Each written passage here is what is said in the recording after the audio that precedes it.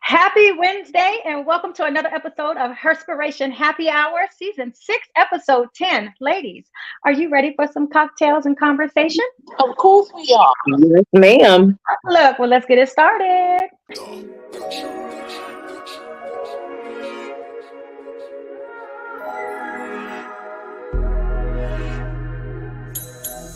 Are you ready for cocktails and conversation? Are you ready for cocktails and conversation? Are you ready for cocktails and conversation? With your host, the unapologetic diva, Dr. G, the girlfriend therapist, Dr. Cortina Lewis, the Blue Phoenix Hills, Louisa Harrell, and the networking extraordinaire, Diana Richardson Philippus. Are you ready for cocktails and conversation? This is Herspiration Happy Hour. Woo! Wednesday, it is what it's actually what International Women's Day as well. That part. Okay, look at here. I'm just loving the fact that we are getting to celebrate women all month long. Mm-hmm. And so it's, but you know what, here again, I think I feel like Women's History Month is like Black History Month. Why are we just celebrating one month when we should be celebrating every day? Every day. No, I'm using it by every day. Every day. All right. So of course, this is your unapologetic diva, Dr. G. Woo woo. This is your networking extraordinaire, Diana Richardson Philippus. Oh, and this is Louisa Harrell, the Blue Phoenix. I don't know what's going on. I know we're gonna get it together today. We're gonna get our drink together first. So what we're drinking tonight is a gin fizz, Fizz. And you need gin, lemon juice, simple syrup, sparkling water, ice, and a lemon slice for garnish. So you pour the gin, lemon juice, the simple syrup in a cocktail shaker and fill up with ice. Shake well until the shaker feels cold, and then strain into a tall glass filled with ice. And then you top with sparkling water and you garnish with the lemon slice. For our mocktail, we have a virgin cucumber gimlet.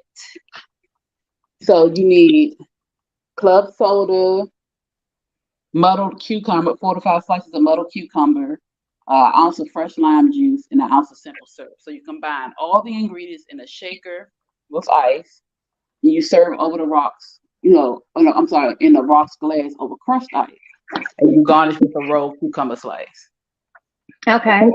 Who doesn't love crushed ice? I'm just talking. I mean, I do. I go to Quick Trip all the time to get me some crushed ice, child. Yes. You don't like the roll ice? Roll out the hospital ice? Girl, well, I don't get to the hospital that often. Knock on wood. I ain't trying to be there to get their ice. I don't want it. They call it the hospital ice, but you can get it from different places. Well, where you get it from? Other than the hospital? You can get it from. You can get it from Costco. I can't. I heard they said Sonic. I don't eat at Sonic, and there's some other places. I think Wawa. Zaxby's. You can get it at Zaxby's. You can get it. Oh, that's right. I forgot. Zaxby's got it. Mm-hmm. And girl, we don't have no Wawa in Georgia. I'm still mad about that. But word on the street is that they trying to bring Wawa to Georgia. I'm like, come on, so I can get my my little junior mini hoagie. Ooh, that brings back. I ain't even want to go there, but anyway. Because I be dreaming about them little junior hoagies. It ain't right that they don't have that in Georgia. It's not right. I've never had that. I think probably the only gas station I have really eaten at, like food, is Royal Farms. I don't even know what that is. Yeah, Royal Farms. I don't know what that is. Yeah. Is Wawa a gas station? Because it wasn't a gas station when I was there. I mean, it's a gas station too. They don't turn it into a gas station. It was just like a little convenience store. I don't know about that. It's both. You know how 7-Elevens didn't used to be a gas station too, but now it's a gas station most times in 7-Eleven. Yeah. Well, all I know is I associate Wawa with good cheap gas. I associate Wawa with a good junior hoagie or a meatball, the meatball hoagie.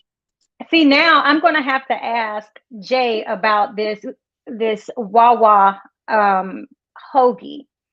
Because see, Girl, he'll eat at a gas station, like especially if for work and all that stuff. I don't stop eat. calling me the gas station. It is That's a okay. You like gas your station. food so It's not bad. just a gas station. I was eating at Wawa when I was in college, and that shit was not a gas station. It was a convenience store.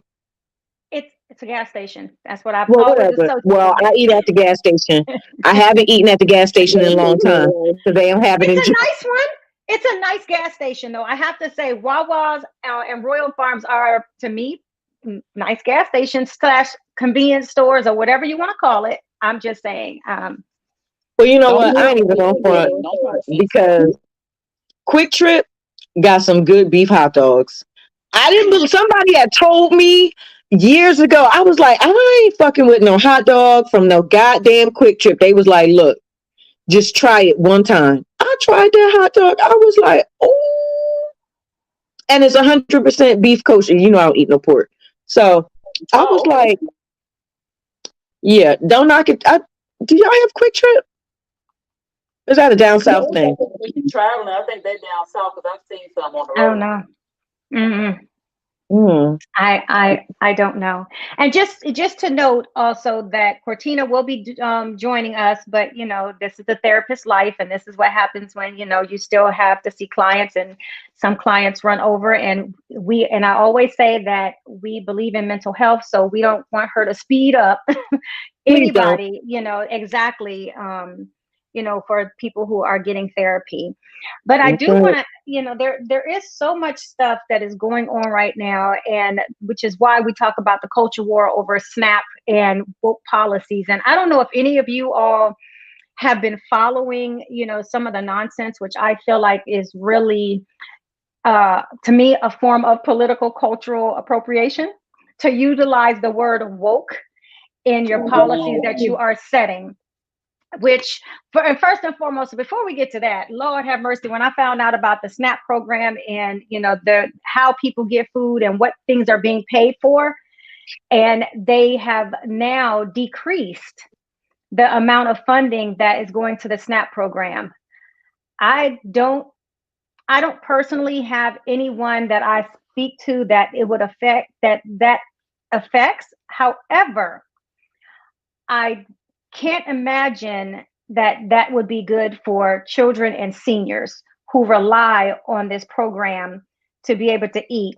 Because I don't know about you all, but I feel like I lose a limb every time I have to go grocery shopping. That part.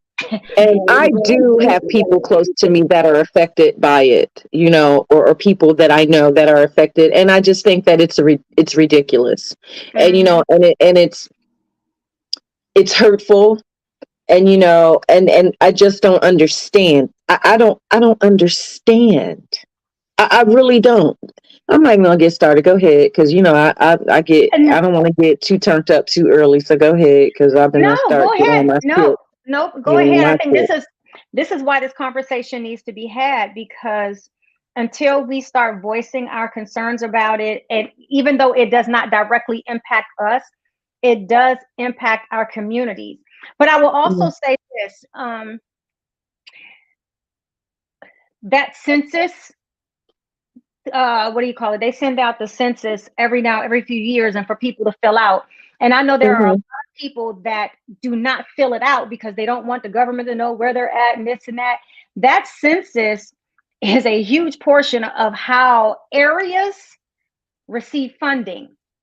So when people They made it so that you had to this year. They told us that if we, because we didn't fill it out right away, and they sent us something talking about if we don't fill it out.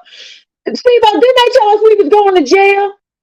Something like that. Talking about you gonna get a fine or jail, some shit. I was like, they gonna lock us up? They don't know how many people are in your house. You can lie on the census and say it's one person in this house and send it back.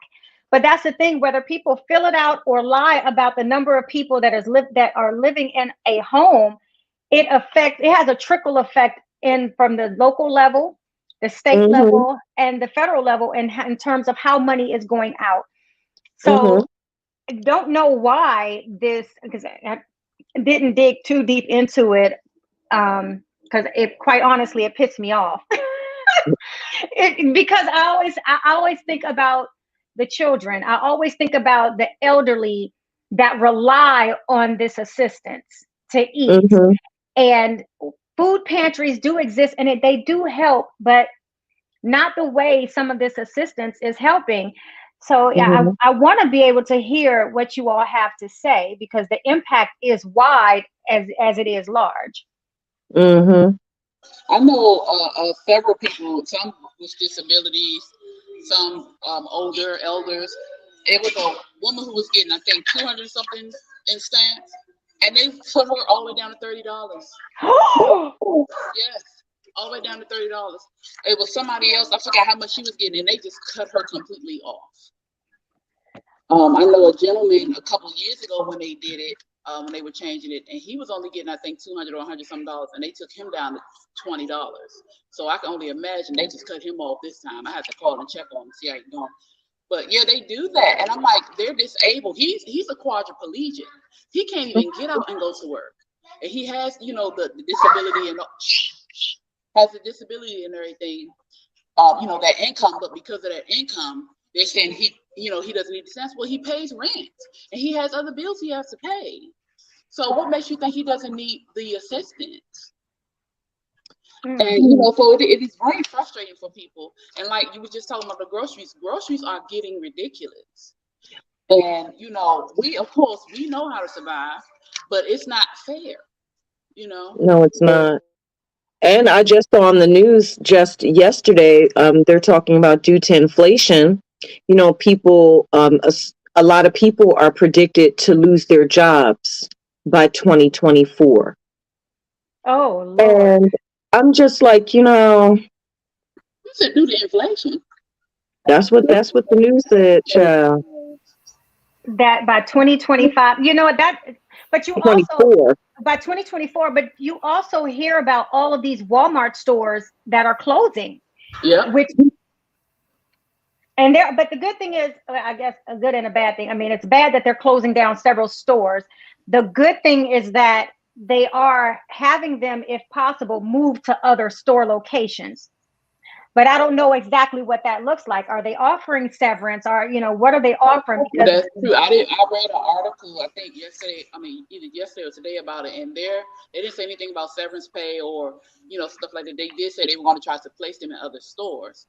But the thing is, they're closing these stores because they said a lot of theft happens. That's what I was getting ready to say, because Sibo was telling me, Sibo, my husband, he was telling me in Oregon, they stealing the damn TVs like crazy, and they shutting down a lot of stores in Portland, Oregon, because these fools is running up in there stealing TVs by the pool. And I was like, what is happening in this world?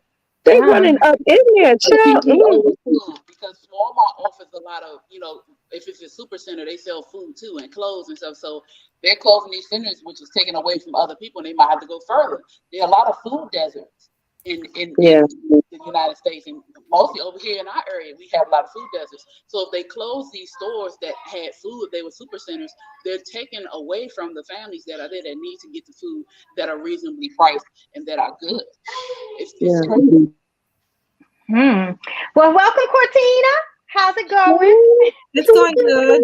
Busy, just busy. Oh, I can imagine. But at least you're at home today. Yes, I actually just walked through the door. So okay, well, you haven't been working from home then. Okay. No. How's your ankle doing? So I remember I dropped my laptop on it. So I was just trying to wonder, like, what was wrong. Like, it was hurting so bad. I was limping and everything. And I was like, oh yeah. When I was in Vegas taking my computer out of my bag, it fell on the top of my foot, but it wasn't really bothering me then. It didn't start bothering me until I came back. Oh my God, it was hurting.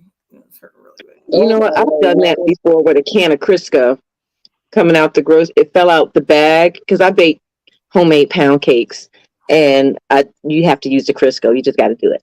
So we were loading the stuff in the car, and the bag burst, and the big tub of Crisco fell on the top of my foot. I had a lump on the top of my foot. Like I said, is it broke, Lord? Is it broke? So I'm happy your foot feeling better. Don't drop your laptop on your foot no more, okay? Don't do that no more. So I just found out something new right now. I just found out that you know how to make pound cake. That is like I said, is it coming to the event? Tear it up the frame. I don't care for cake at all, but a pound cake, I don't know what it is about a pound cake. I love a good pound cake. So I'm thinking, since I will see you like in 2 weeks, a week and a half, I'm just thinking that, you know. The devil's a lie. The devil's a lie. The truth ain't in him. The devil's a lie. Y'all know how much stuff I got to do. You want me to get in the kitchen and whip up a pound cake? I mean, okay, maybe I will. I'm just saying. You know what? It doesn't even take much. Just saying. I don't know what it takes. I don't know because I don't bake. It's not a hard process. It isn't. But you have to do it just right, or else the cake won't turn out. So I like to say you got to bake it in love for it to come out right. You can stop all of that right now. I don't bake. Cortina doesn't cook. I'm sure she doesn't bake. So I do bake. You bake? Oh yeah, I like making stuff like creme brulees and stuff like that. Now I know how to cook. I didn't say you don't know how to cook. I just said you don't cook. So like. Sometimes I get in my mood. Like at one point, only thing I was making was apple cobblers, peach cobblers. Like, speak to my spirit. The country girl, that makes sense. Time she said apple cobbler, I'm in there. We in there, because that's what I'm talking about. So listen, I'm gonna make y'all this pound cake. You understand me? Y'all better eat it up too, because I'm already 148. I can't afford to gain no more weight. And ship it out to my house. Okay. Oh yeah, I'll do that. I love sweets. Well, when it comes to that, me too. And so for me, so something that people don't know about me. So like I actually won a scholarship to Johnson & Wales University to be a cook because I came in first place when I was in high school. They had all the high schools in the county do a contest, and the first place they won a scholarship, but I never used it because who the hell finna be cooking all day for a living? Like, no. And so basically how they did it was they gave everybody like whole ingredients, like a whole chicken, potatoes, like all the stuff, and you had to do it from scratch. And then based on the presentation, because I like making stuff pretty and super like all extra and stuff like that. And so the presentation, I love flavorful stuff, and so that's how I won. And I wasn't even expecting to. I don't think I was going to be at the bottom of the list, but I was not expecting, because you had actual people who was in the culinary magnet program who that's what they did all day. And so I just was in the cooking class, not the program. So yeah, it's easy, not all. I like to bake. I don't want to hear. You can make me a creme brulee. I'll take that. Get her started on baking. Well, somebody need to get her started, because when I was there, I didn't get nothing. Get her started. She's gonna be baking for a month straight, and she's gonna be making creme brulees and crepes and just so much stuff. Like wait a minute, crepes? You know how to make crepes? Please receive that. I'll receive that. She knows how to make everything, and it's so frustrating. She knows how to make. She be coming up with random stuff, and she'd be like, "Okay, guys, I need a fire. What's it called? A torch. A blowtorch." She'd be like, "I need a torch. Oh my gosh, wait, I need this." I'd be like, "Oh my!" And then we have stuff in pans full in our other refrigerator. Don't get her started on baking because it won't stop ever. Oh, okay. So I just do it. I just don't do it. And with cooking, I like trying different dishes and stuff. We were just talking about cooking. I didn't say you can't cook. I said you don't cook. Oh, I don't. That's why I just said I don't. We was talking about it tonight. She was like, "Mama, you don't." I say, and I'm not.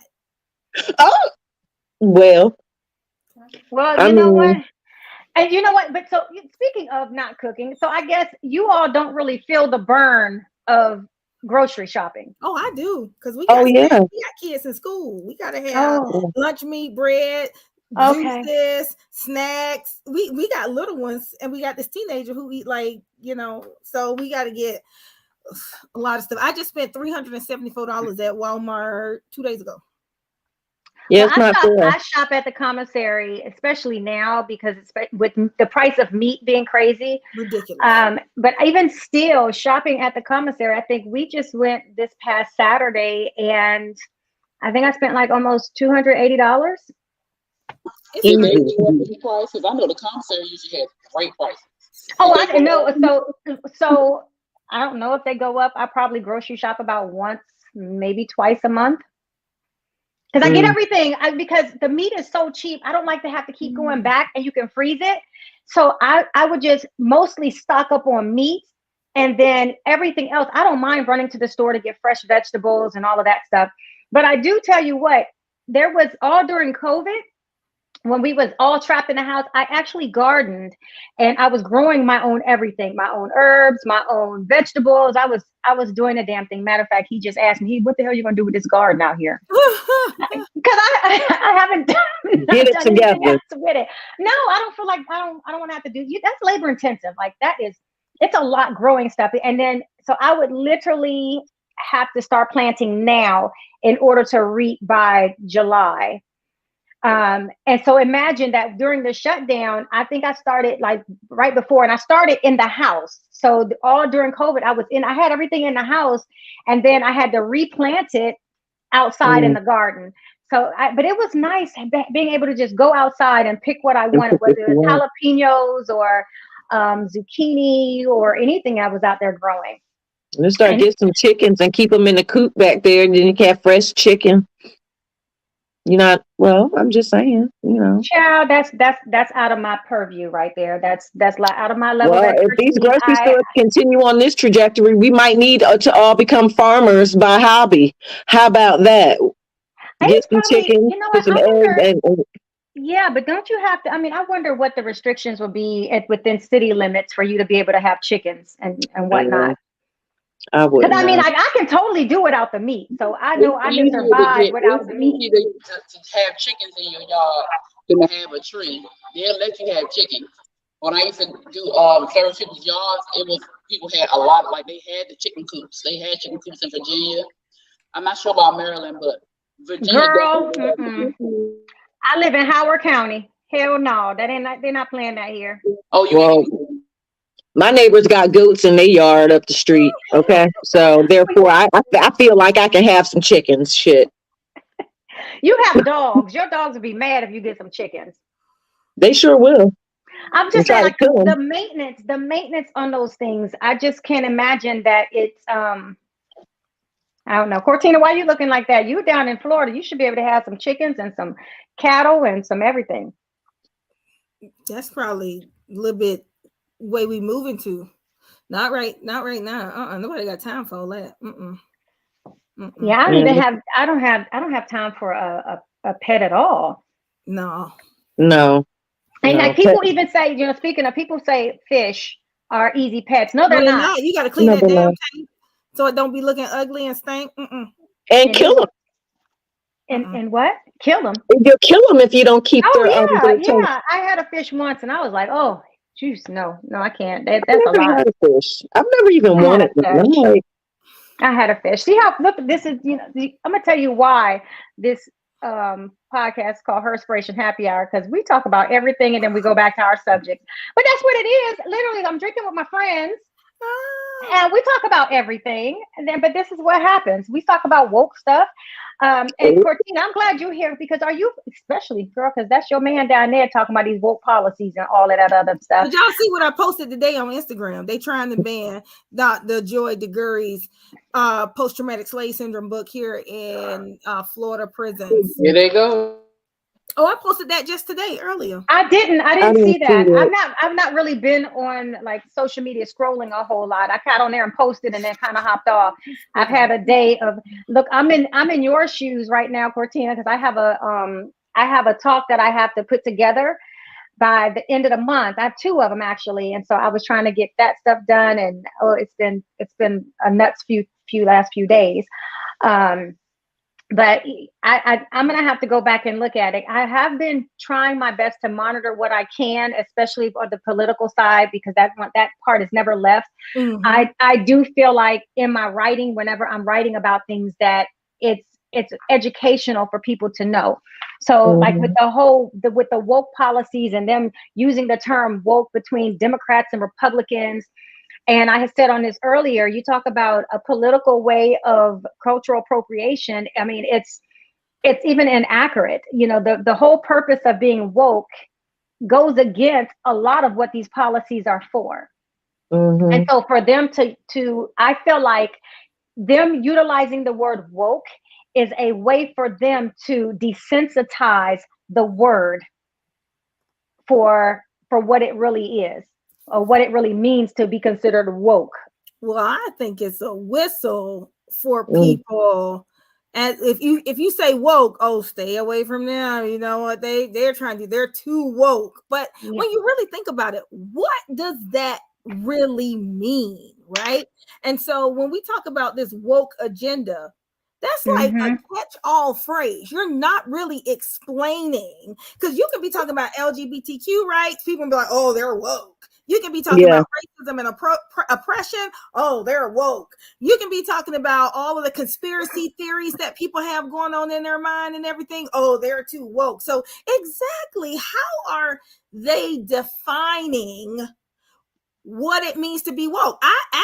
I personally think anybody who they see affiliated or who they think is a part of the Democratic Party, they consider all of that over there, everything on the left, woke. And so woke kind of shuts them down. I don't listen to it. I don't want to understand it. I'm not going to try to understand it, because nope, they're woke. We're okay. We don't want them over here with us. We don't want to know what they have going on, because everything about them is evil, sinister, too much for the kids, all this other craziness. And it's really, really, really, really hurtful down here in Florida. It's absolutely ridiculous what is happening. And man, it's a lot coming out of Florida. Honestly, a lot of the stuff that I've been writing about is coming out of Florida. Florida ridiculous.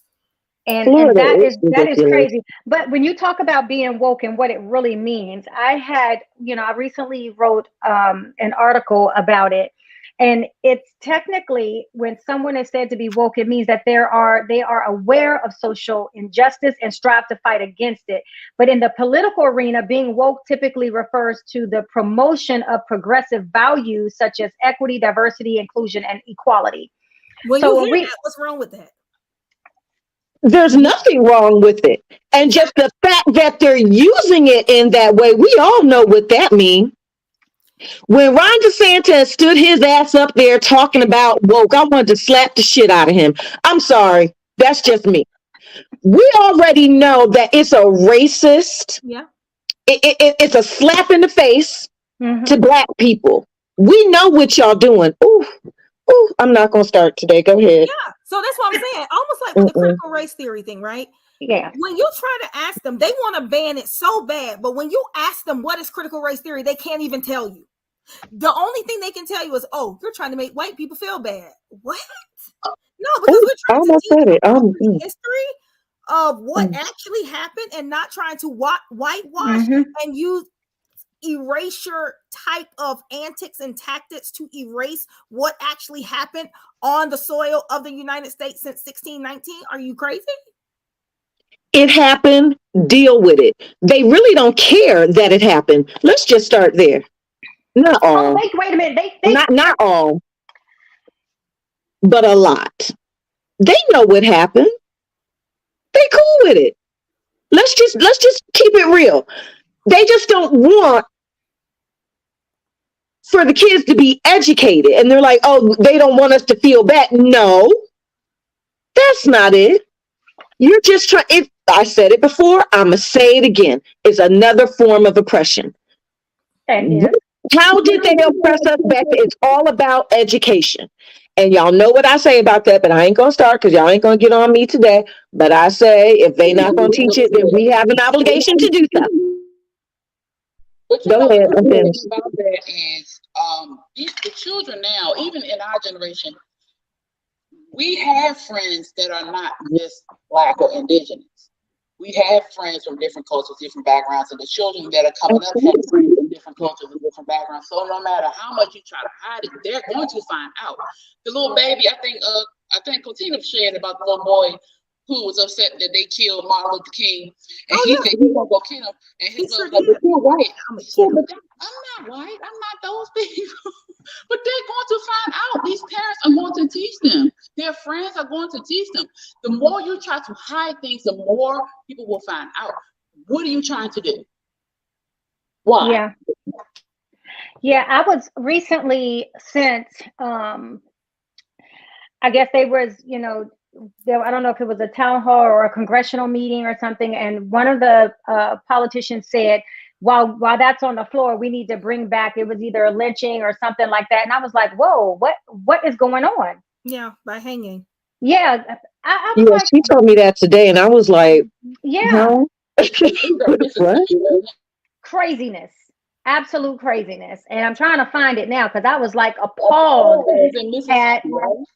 Yeah, it was in Mississippi. Now that Mississippi is another one. Mississippi and Tennessee are two other ones that I'm constantly writing about next to Florida. It's almost, and you know what? And sadly, you all, it's something real when they say history repeats itself. And I think that is my biggest fear, is like, how much is history going to repeat itself when you have these topics on the floor, and how quickly they will bring up Beyonce's concert and other stuff to overshadow what is actually on the floor at the Hill up for debate. Well, let me tell you something. History is only going to repeat itself, but so much, because you're not dealing with the same people that you were dealing with back then. Mm-hmm. So go ahead on and try it. That's all I gotta say. That's all I gotta say. Because it ain't gonna be no yes sir and yes master and all that over here. You'd have to kill me. You're gonna have to beat and kill me, because I'm not equipped. You'd have to kill me. I'm telling you, I look at things from the past and just the living standards and how accustomed we are to be a certain way right now or have certain things. It would be really hard for me to roll backwards. But I think the other part is that if we talk about history repeating ourselves, we're not talking about us right now, because that evolution will take place for kids and grandkids and nieces and great nieces and great nieces and great great. And that's not a place where we want to see it go back to. So the question is, how do we ensure that history does not roll backwards when look what's on the floor? How do you actually get people to pay attention to what is actually going on right now? That means something. People focus so much on the presidency that they forget that the local, state and local governments, or local and state governments are, in that order, have a bigger effect or bigger impact on how you live versus the federal. You took the words right out of my mouth, because that's what I was getting ready to say. We have to go out and we have to vote. We have to vote the right people into office at the local level. Yeah. Just here in Georgia, Lord, it might, I'm going to say it. I'm going to say it. I probably shouldn't, but I'm going to. They had the audacity to put I get passionate. Today's a passionate day for me. But they voted back in the governor. I ain't even going to say his name because I don't even want to give him. They put this man back in office. I was appalled.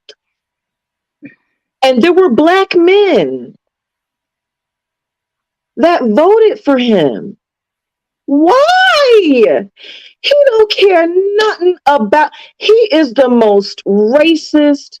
I mean, not as racist as DeSantis, but he's almost there. He's almost there. It's very sad that we don't rally together to do what's right. We complain when it's wrong. Mm-hmm. But when it's time to do something about it, like going to them polls and casting that vote the right way, you don't do it. And until we get it together and we utilize while we still have the right, to go and cast that vote. Okay, Right. because down here in Georgia, they trying it. I'm just gonna tell you right now, they trying it in Georgia. Oh, they trying it and they continue to try it. Cast your vote and do what's right for yourself and for your people. Because they're nuts. These people are nuts. Yeah. Trump got in office and just made these people come out they shell. Yeah, I said Trump. I said it. He gave them that voice again. They were always what they are. Let's just keep it real. But he came in and they felt like, you know what? We got a president that's on our side. And now all hell has broken loose. It has broken loose. He got away with all these things that he did. So let me ask you this. Is it broken loose or really showed people's true colors? It showed people's true colors. It showed people's true colors. And I would rather know the demon that I'm dealing with. I want to know, but see, the difference is, Pam, that was always who they wanted to be. Okay. Yeah. But until Trump came along, he gave them the right to act wholeheartedly on what it is that they wanted to do.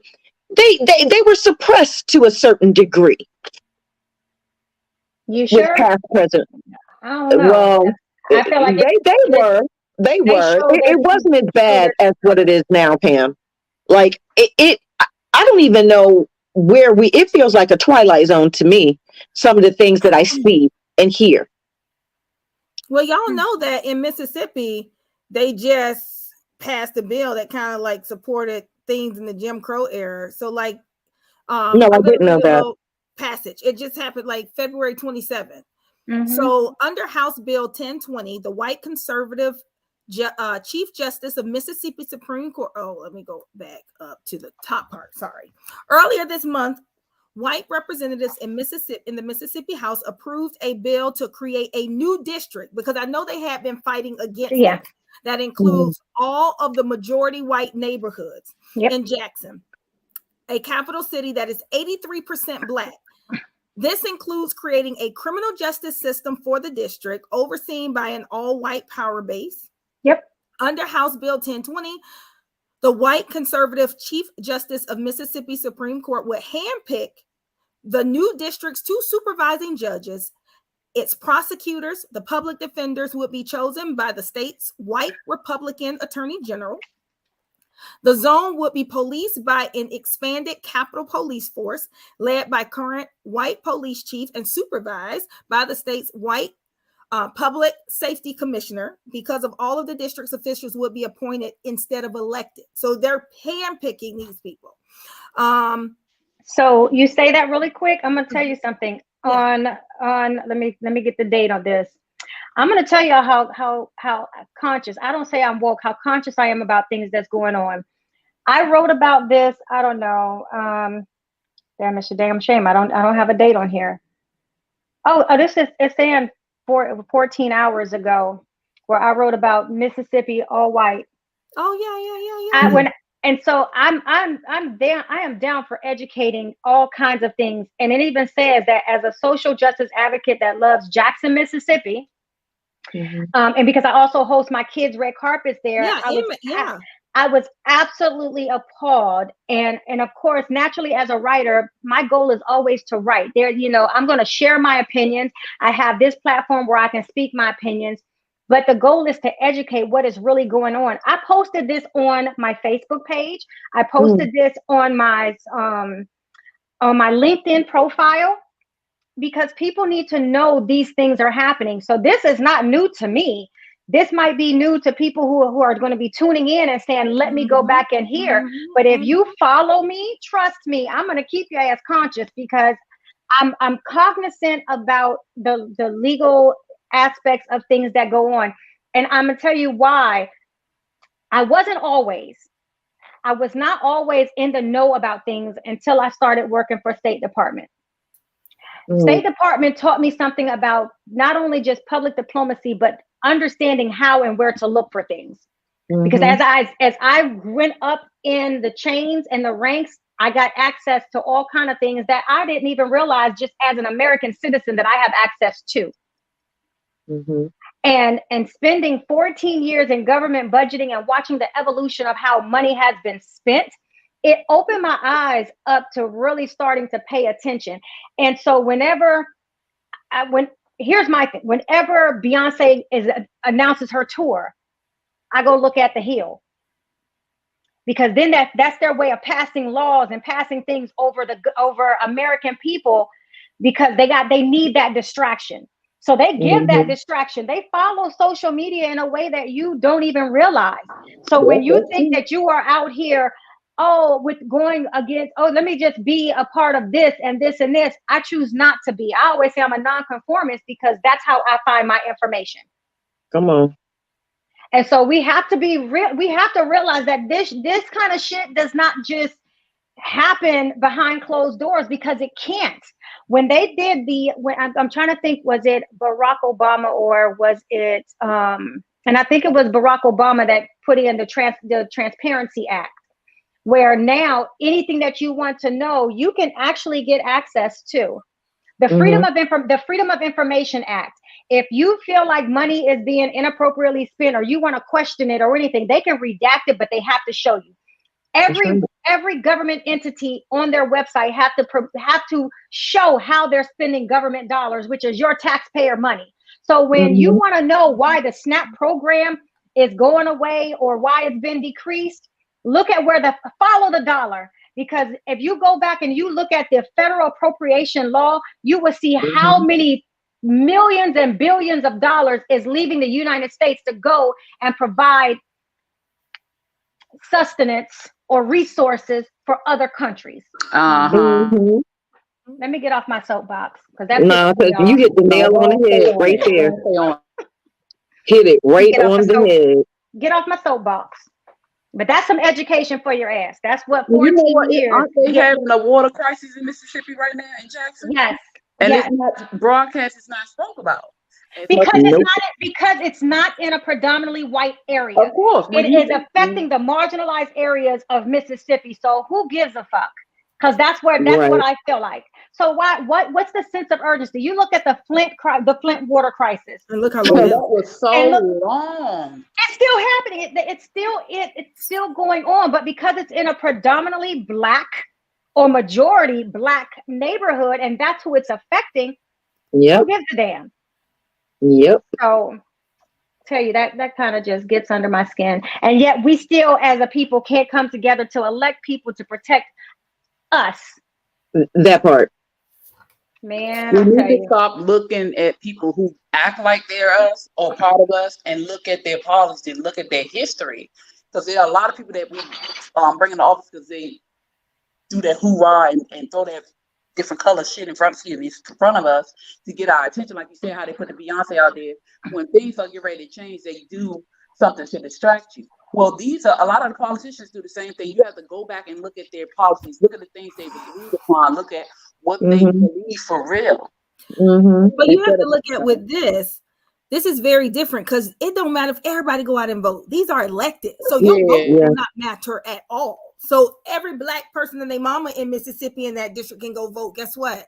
It's not going to affect those judges, that chief, that any of the people with the power to continue to oppress individuals. And one of the things you got to think about Mississippi, about how prevalent lynching was when it was time to vote. People lost their lives. And you have to think about generationally. If everybody in my family was killed because they was going to vote, do you think I'm going to be empowered to go vote? If I feel like you put that fear in me that if you vote, you die. And that is spanned. And so I know a lot of people are like, well, we got to go out and vote. For some people, emotionally, it's tied to the trauma connected to voting. And I'm talking about like deep South, like Mississippi, Alabama, those areas. The city that I live in, Ocoee, they burned the city to the ground because a Black man tried to go vote. The Ocoee massacre.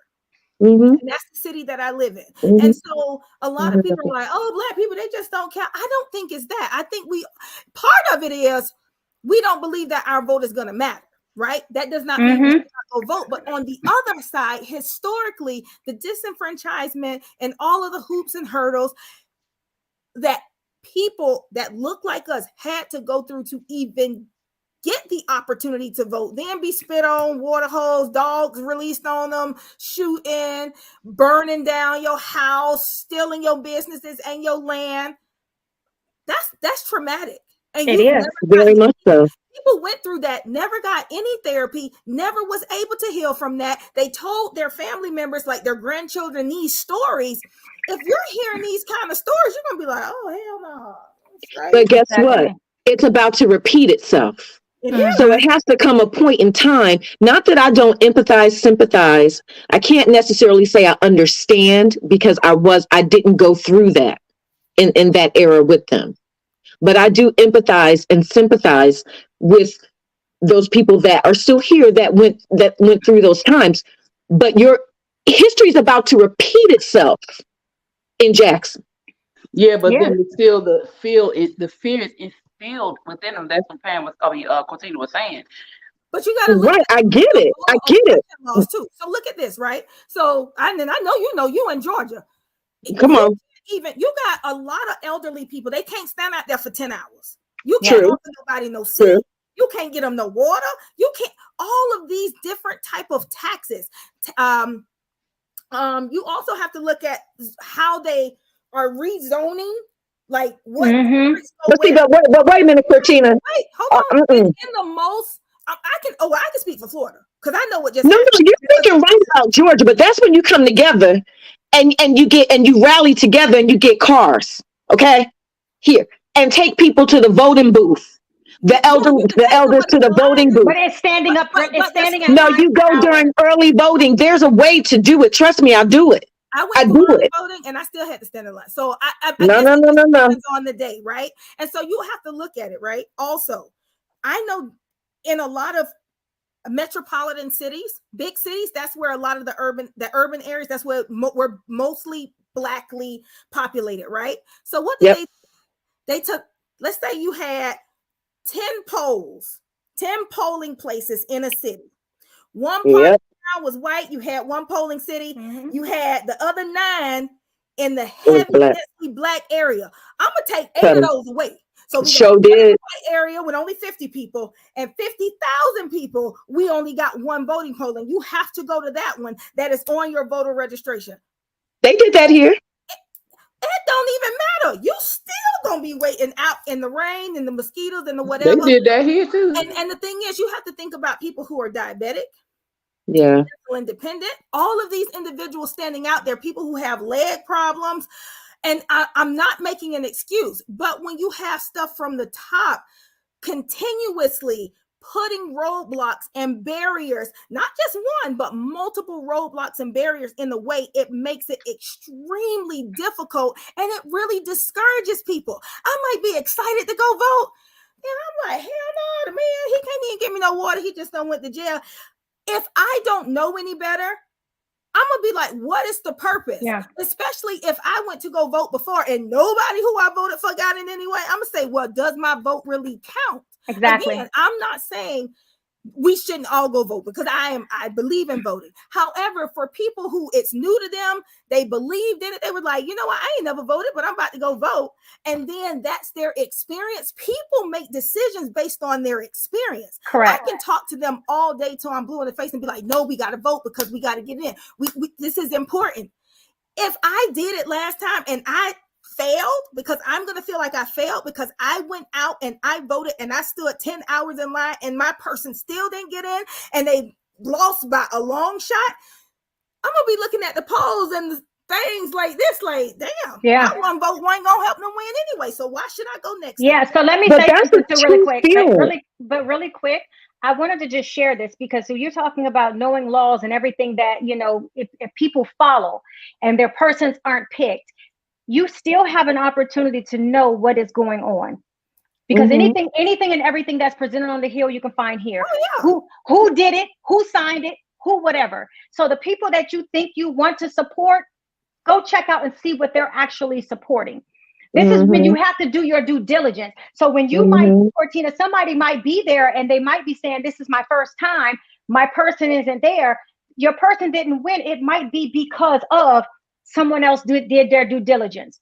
And this is why. So I think we need to be educated about what's available and what's accessible. And I always go back to that, because some things that people don't know because they're not educated to know. They're not teaching this shit in school. They're so busy trying to remove stuff. But are they teaching people where to find stuff? Whether it's in college, whether it's in grade school, whether it's in high school, whether it's in junior prep, anything. People need But see, to the know thing where about they this, can find Kim, you stuff. know. You know, so But I haven't you spread the educated. word. You spread it to your Trust people. me, We have a trust me. responsibility. But We trust have me, a responsibility. I have. If anybody who has ever followed me, if there's one thing that I post, I am always cognizant about telling people what laws are coming out, what are people doing. I don't follow. I'm a fan of no one. I'm a fan That's of right. what my money pays for and where my tax dollar go. And that's because I spent 14 years being in government budgeting. So I was going to the Hill. I was going place. So I got to see. And so you know what I did? I educated people. But I can't make people read. I can't make people listen. That's not what I'm saying. But what I'm saying, Pam, is that if more people like you, okay, it's a continuous pattern. Yes, Cortina, people get those feelings, oh, it didn't work, but we're going to have to move beyond it. I'm sorry. I'm not saying that it's not true feelings.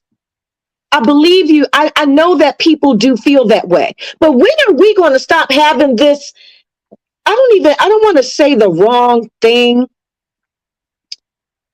because I don't want to come off the wrong way. But to me, it seems like it's always some excuses. I'm sorry. That's how I feel. I get it. Yes, we vote. It don't work out sometimes. We stand in long lines. I stand in them lines too. I do. I've stood in long lines. I've had short voting. I've had early voting. I was thirsty. I had to go to the bathroom, but I have a responsibility too. And I got a responsibility. That's the difference. You understand the responsibility. We have more people that don't. And we have to educate. But you can educate, but my experience is more than what you are telling me. You can tell me anything, but if I experience this firsthand, I don't give a damn about what you're saying, because guess what? It probably worked for you, but guess what? Me and my 5 kids, and I'm worried about my whatever it is that I have going on, or my practice, or whatever else gets in the way of that. I'm like, you know what? I'm good on that. It's not that important to me, because I'm gonna. I get it. But guess what? It's still going to end up being the same things going on. Continuous. We have to fight as a people. Period. Point blank. We've been going through this shit for way too goddamn long. Do you know why? Wait a minute, but do you know why? You know why? Yes, I know why. I do know why. It comes. No, let me tell you why. Because we are in a land that was never made for us. Laws was not made for us. Not to benefit us. So if you want to get right down to the issue of why we're going to continually fight, we are going to fight until we learn how to build our own, not here on this soil. They took the soil, they made it theirs, and we are so brainwashed that we don't have a way to actually get together. I mean, hell, if you look at the most negative shit in the world, especially regarding business, Black business get the worst shit. Yeah, they do. So, I mean, Black voters always got something negative to say about Black politicians. So until we start changing that narrative in our own communities and realize that there's not a single law that's ever going to be able to really help us because the shit is temporary. Come on. Voting is only temporary. Of how long? Like you said, we might not be able to do it for that long. But until we really start banding together and ensuring that we take care of ourselves and take care of our people, we're always going to end up upside down. But you know what? We've already been told that this land was taken from my ancestors, because I am indigenous, taken from my ancestors, and slaves built it. But we don't have ownership of nothing. I mean, we pay for water, we pay for air. I mean, goddamn. It's like, really? You got to look at it like this. If I go to an organization, they already got their policies and procedures in place. So it can be 10 of us that come in there and get hired. How hard do you think it's going to be to already change this established policies and procedures that already exist. It's going to be hard as hell because they're going to be looking at you. That's just like the Constitution and all of the laws that's already enacted. Those have been in place before we even had rights to vote. So it's almost like we're trying to play catch up with the 8 ball. Like, okay, we need to band together because we're trying to change something that was already in place. It's very different when we're trying to create something, right? Mhm. So it's Right. a little bit harder. I'm not saying it's impossible, but we have so many, and I'm always going to say this. Every issue we have cannot be solved one way because it is multi-layered. It is Yes, it is. multi-layered. Yes, you have the people that just don't even believe in goddamn voting. I'm a sovereign individual. I don't vote anyway. You have some people that are who are felons. They can't. They just have different restrictions against them that I want to vote, but guess what? I cannot. They can't. So my rights have not been restored. So you got that. Then you got the people who do vote, but they might be on the upside. Then so it's so many different things. And then you have people actually voting their interests. For example, when Obamacare came out, I can't believe I'm about to share the story. So when I was reading about it, right, I was like, I don't really know if I'm getting down with the Obamacare. I'm going to be honest. I wasn't for it. And the reason why I wasn't for it, and this probably was a selfish reason, during that time I was going through cancer. And I was like, damn, if they get everybody health care, I'm going to be waiting 4 months to go to the doctor. Mind you, because everybody would have access. We already have a doctor shortage. So I was voting my own. It was selfish as hell.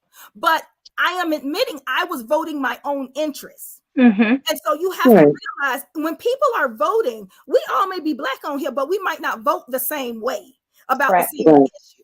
So when we're talking about coming together, we have to really know exactly what it is that we are talking about. And look at it now. Exactly. You go to a doctor's appointment now. I gotta wait 5 goddamn months to get into the doctor. It is crazy. You ain't lying about that. You are not lying about that. For real. So that's another issue. So it's not just if we come together, we can change it. No, I don't necessarily believe in that. Do I think we can be a little bit more progressive if we come together? Yes. We're stronger together than we are apart.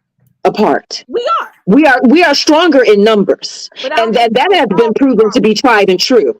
But the thing about it is, Cortina, I get what you're saying, and Pam, I wholeheartedly understand what you're saying as well. No, this land is your land, this land is my land. That's a bunch of bullshit, because it's not. Okay. Yeah, I said it. I'm singing the song, but that's a bunch of bullshit. It's not. But we're here. And we've been here. Really. And we deserve some goddamn respect. Put some respect on it. I'm tired of it personally. And until if we got to get out there, and get to marching, I'm with it. Look, we have to do it. We have to do something. We can't just sit and complain, is what I'm saying. But we can't just complain. That's not going to do nothing. They're going to do what they want to do. No, you got to look at it like this too, right? So let's go to the marching and the protesting, right? When different things happen in the organization. I mean, in society, right? Yep. Now people want to tell you how to protest. Now people want to tell you, oh, you can't do it that way. You got to do it a different way. That's not peaceful. I even had a conversation with my own family. I said, guess what? If they got to tear some shit up, that's what they got to do. If that's what's going to make people hear them, because they I don't agree with that. Marching peacefully all this other time. I ain't talking about your own stuff now. I ain't talking about your own stuff. But if I need to go, look, we got these people January 6th. I know things might be different. They was at the Capitol, but I'm just saying, if you need to get your point across, because peacefully protesting worked in the 60s and in the 50s. It did. It did, and it we just gonna walk. We gonna do that.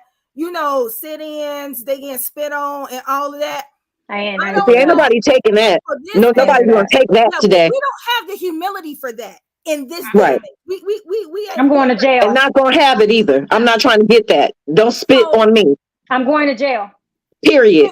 I'm going to jail. And so sometimes you have to make a little bit more noise. Yeah, but jumping up and down on police cars and setting shit on fire and looting and all that ain't doing nothing but furthering what they're saying about us. Like that is too much. That's what they tore that goddamn racist ass statue down. I don't care about that because So I do like that. okay. So I didn't mind that. I didn't mind that. But I didn't guess mind what? that. That's still rioting, right? Okay. Yeah, So but that was different. That was different. That was different. it's destruction of property. So I mean, what that was I'm different. doing is it's destruction of property. Yeah, but that property shouldn't have been there, no way. I'm talking about when they looting banks and taking TVs and shit and taking clothes and purses. Like that is, what are we doing? But that's not the real revolution, though. That's material stuff. That's people who ain't even for us. I'm talking about the people that are for us. So if people, we got to tear down the goddamn statue. Power to the people. Well, then yeah, I'm with that. I'm with that. I don't care. I don't care. Oh, woo. Okay. Well, I'm with that. I'm with that. Now I am with that because there's a lot of statues that got to go. Got to go. Well, this has been a hell of a talk. I'm like, this is good. This has been good. Like the whole hour is already gone. I know it don't even feel like an hour. We be passionate. We be passionate and stuff. I know. So we're gonna go around really quick. Louisa, where can everybody find you at? You can find me at the Blue City Pills everywhere. Okay. All right. And Diana, where can everybody find you at? Ooh, that was a hiccup. You can find me on Instagram at Diana Richardson Philippus and at Bronze Glow Beauty and on Facebook at EWE Inspires. Okay. And Dr. Lewis.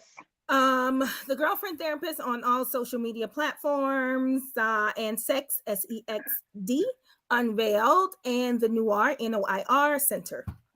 All right. And you can find me at I am Dr. P. Gurley, IAMDRP, GURLEY. I know I got to get this right. On all social media. If you would like to be a guest on the show, all you got to do is go to herspirationhh.as.me to be on the show. Ladies, this was such a great show. I love our dialogue. This was getting super deep. We might actually have to bring on a part 2 because this is not only educational for people just to understand how passionate we are. And we don't normally bring politics in, but right now politics are affecting so much of how we live daily. When you're affecting our food and you're putting policies in place that affect not just us, but our communities. Yeah, and if you in Jackson, Mississippi, tap in, please. Tap in. Tap all the way in, because y'all about to be like The Help, the movie down there. Once again, y'all tap in, Jackson. Come on, I'm here. You need a ride? I'll come get you, because y'all got to get the hell up out of there. Oh my God. And you know what? And I'm headed to Jackson for I'm headed to Jackson for my tour. And I tell you are not wanted. There. Jackson is one of the, you know what? I am very wanted there because majority of the people that's in Jackson. I'm talking about by them. Others. I know, but majority of Jackson looks like me, and so it's very near and dear to my heart because they're the brown babies that need to be educated on things because they're the future of who are going to be able to make change. So we have a responsibility as adults to ensure that they understand and they are in the know to be developed in literacy so that they can read laws, that they can become engineers and lawyers and all of these magnificent people. And I'm gonna tell you really quick before we go, when I was doing a reading out in Orange County, Orange County, California, for the Jack and Jill organization, and I asked one of a little girl what she wanted to be, and she said a civil rights attorney. She could not. She was in elementary school. My Lord. And so that to this day resonates behind the mission of what I do, because we think that they sleep at that age and don't know. They know. This young girl knew exactly what she wanted to be. And I heard a lot of really great ones, but to be so specific, not just saying lawyer, but a civil rights attorney. Right. She's one of those people that are going to be change makers. So it's that generation that we need to be talking to because she's in grade school. She's not even in like 6th grade. I think they was like 3rd and 4th graders. And maybe 5th grade. But to want to be a civil rights attorney and know exactly, it's like the power in that home is shaping her to be something great. And so as parents and aunties and uncles and grandparents, we have a responsibility just to know what we can speak into our babies early on. Amen. That was what I would leave people with for this episode. Thank you so much for tuning in. We will be back next week with a whole new topic, and you never know where it's gonna go. You never know. Ladies, cheers. Until next Wednesday. And look, water time. Cheers.